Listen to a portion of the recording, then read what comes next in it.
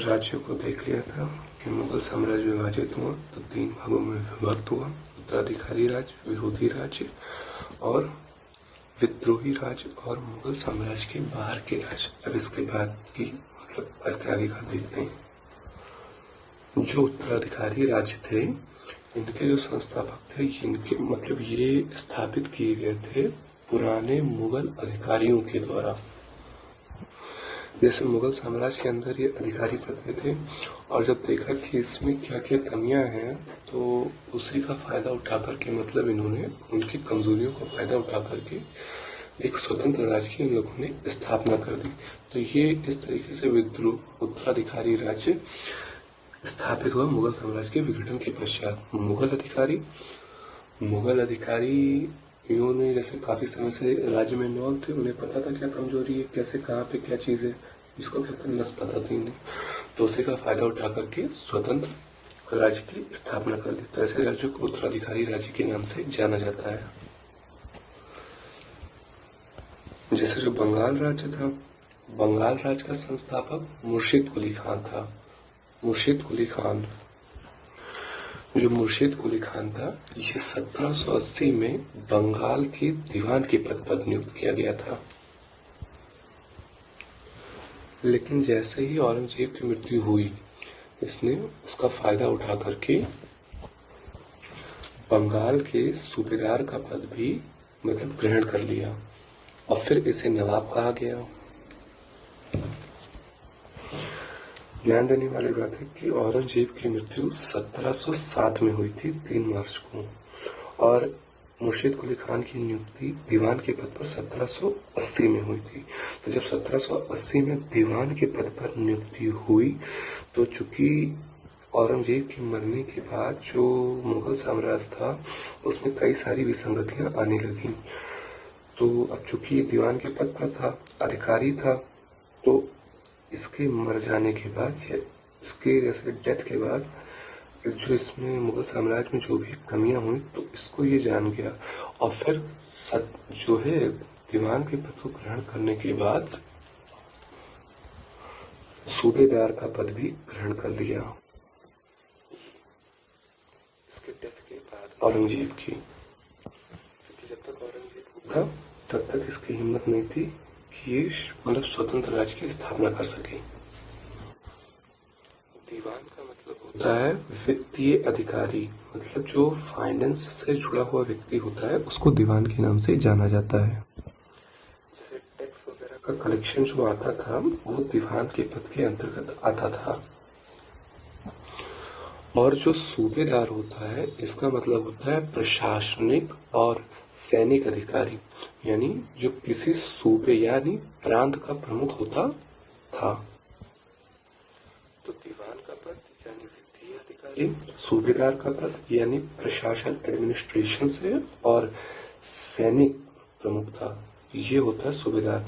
तो जाहिर सी बात है 1780 में दीवान के पद पर जब मुर्शिद कुली खान की नियुक्ति हुई वित्तीय अधिकारी नियुक्त हुआ और धीरे धीरे उसी के अंदर एनरोल्ड रहा तो उसको सारी कमजोरियां क्या क्या कहाँ कैसे कैसे सारी चीजें पता चलती चली गई। और औरंगजेब जब तक था तब तक उसकी गाल नहीं करने वाली थी, लेकिन इसकी कमजोरियों का फायदा उठा करके फिर सूबेदार पद को इसने ग्रहण कर लिया। अब एक दीवान अधिकारी था ही तो सूबेदार का पद भी ग्रहण कर लिया और सूबेदार का होता है प्रशासनिक और सैनिक प्रमुख, तो ये और भी ज्यादा पावरफुल पोस्ट हो गया। अब जब मुर्शिद कुली खान ने दीवानी पद और सूबेदार का पद दोनों ग्रहण कर लिया तब इसी को नवाब कहा जाने लगा।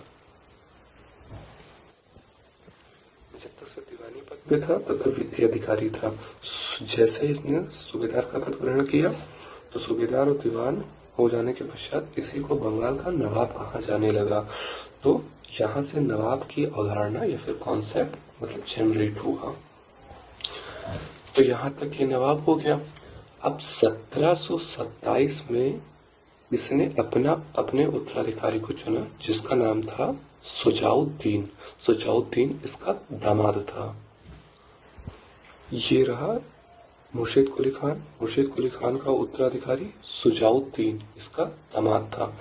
ये कब गद्दी पर बैठा? 1727 में। और 1727 से 1739 तक इसने मतलब बंगाल के नवाब का पद ग्रहण किया।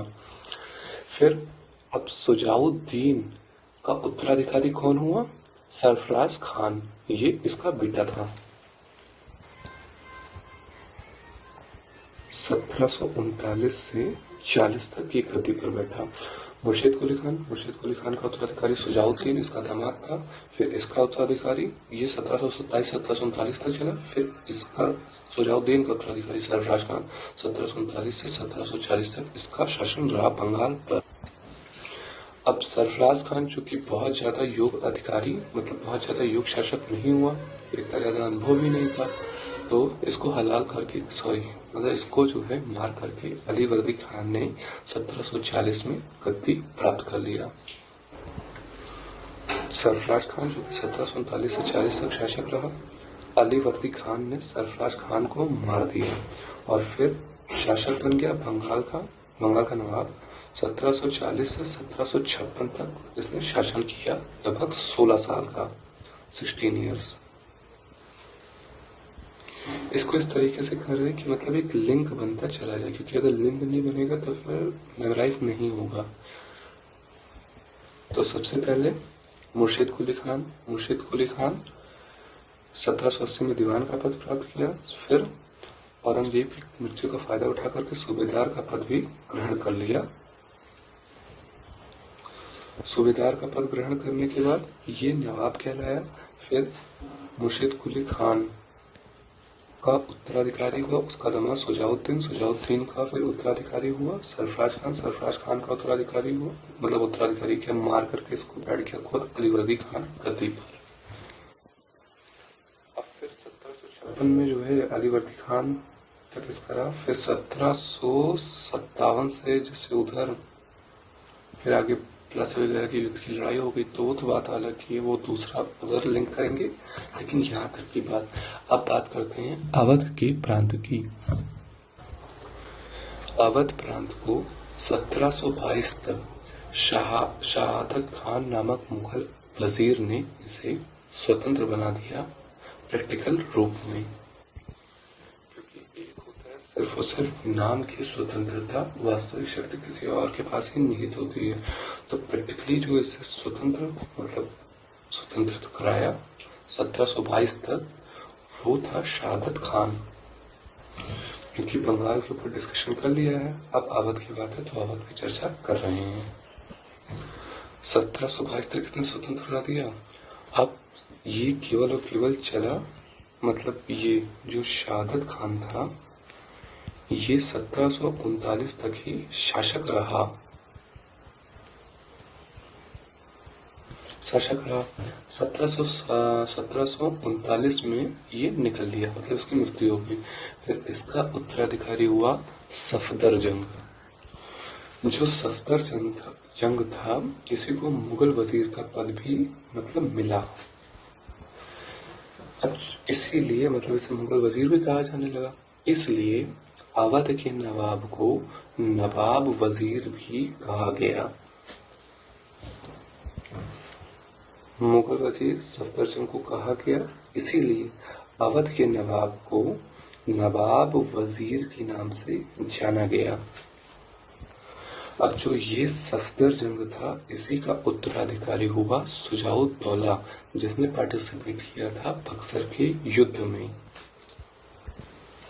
तो सफदरजंग का उत्तराधिकारी सुजाउद्दौला ने पार्टिसिपेट किया था बक्सर के बैटल में, जो कि 1764 में लड़ा गया था। यहाँ तक की बात हो गई।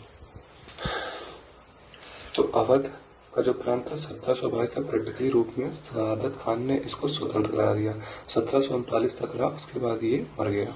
फिर इसका उत्तराधिकारी हुआ शहादत खान का सफदरजंग, जिसको मुगल वजीर के नाम से जाना गया, इसीलिए अवध के नवाब को नवाब वजीर के नाम से भी जाना जाता है। और फिर सफदरजंग का उत्तराधिकारी सुजाउद्दौला हुआ। ये हो गई अवध प्रांत के बाद की, जो कि उत्तराधिकारी राज्यों का एक हिस्सा रहा। अब अवध प्रांत हो गया। अब हैदराबाद पे डिस्कस कर लेते हैं। हैदराबाद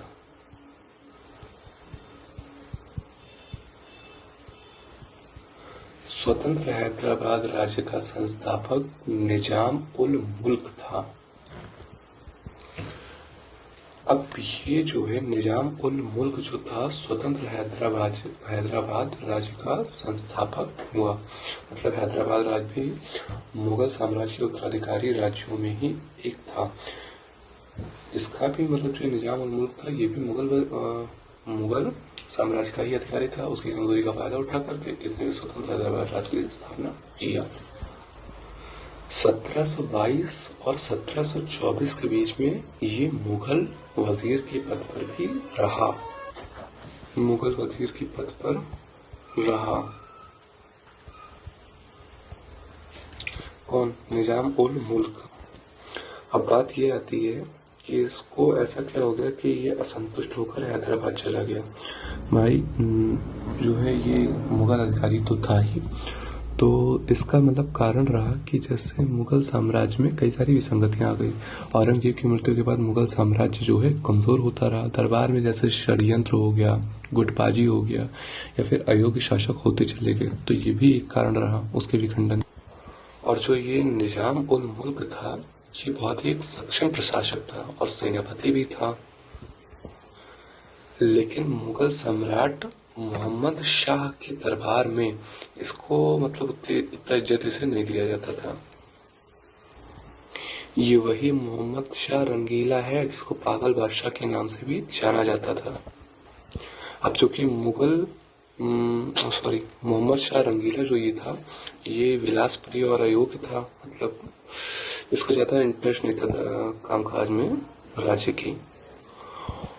और जो ये मोहम्मद शाह रंगीला थे ऐसे लोगों से घिरा हुआ था जो लोग निजाम उल मुल्क से मतलब जेलस रहते थे, फिर ईर्ष्या रखते थे। इन लोगों ने क्या किया, जैसे निजाम के खिलाफ जो दरबार में मतलब साजिश वगैरह किया, और फिर इसको फाइनली मतलब पता चला कि इसकी जो एबिलिटी है या कैपेसिटी है उसका सही तरीके से इस्तेमाल नहीं हो पा रहा है मोहम्मद शाह रंगीला के दरबार में, जो कि एक मुगल शासक था। और चूंकि ये योग्य था, इसको मतलब होता नहीं है जो योग्य व्यक्ति होता है चाहता है कि अपने स्तर से कुछ किया जाए, खुद का मतलब सेल्फ इंडिपेंडेंट, तो वो अपने तरीके से ये शासन करना चाहता था। इसीलिए ये दक्षिण भारत में चला गया, मतलब हैदराबाद आ गया।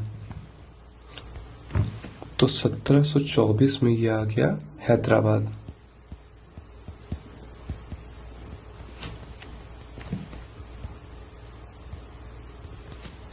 मतलब 1722 और 24 तक ये मुगल वजीर के पद पर ही रहा, लेकिन अब असंतुष्टि हो गई तो हैदराबाद आ गया वापस, मतलब वापस नहीं, आ गया हैदराबाद में। और फिर स्वतंत्र हैदराबाद राज्य की स्थापना किया निजाम उल मुल्क ने। तो यहाँ तक बात हुई बंगाल, अवध और हैदराबाद की, जो थे मुगल साम्राज्य के उत्तराधिकारी राज्य। अब आगे बात करेंगे विद्रोही राज्य की।